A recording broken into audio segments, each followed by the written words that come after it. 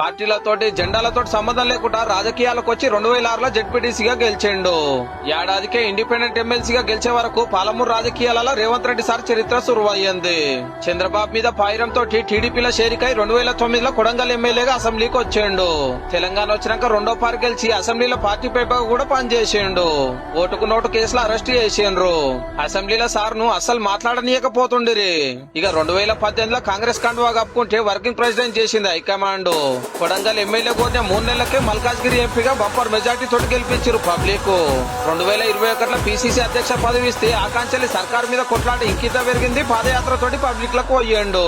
నిరుద్యోగులు, పోడు పట్టాలు, ధరణి తప్పులు, భూముల అర్రాసు, అధికార పార్టీ అవినీతి మీద గట్టిగానే లడాయి చేసుకుంటా ఇంకో దిక్కు పార్టీలు అందరినీ కలుపుకపోయిండు ఢిల్లీ పెద్దల సపోర్టు తోటి.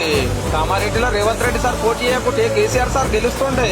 సొంత ఇలాకా కొడంగల్లో ప్రచారం చేసుకుంటానే తెలంగాణ అంతా తిరిగిండు పార్టీని పవర్ తెస్తానికి. ఇంత కష్టపడటానికే చాలా మంది ఎమ్మెల్యేలు రేవంత్ రెడ్డి సార్కే జై కొడితే హైకమాండ్ కూడా సరే అన్నది. తెలంగాణ రాష్ట్రానికి సెకండ్ సీఎం అయ్యిండు. రాజకీయాలకు వచ్చిన 17 ఏళ్లకు కాంగ్రెస్ లకు వచ్చిన 5 ఏళ్లకే ముఖ్యమంత్రి అవ్వడంటే మామూలు ముచ్చట కాదు. రేవంత్ రెడ్డి అని నేను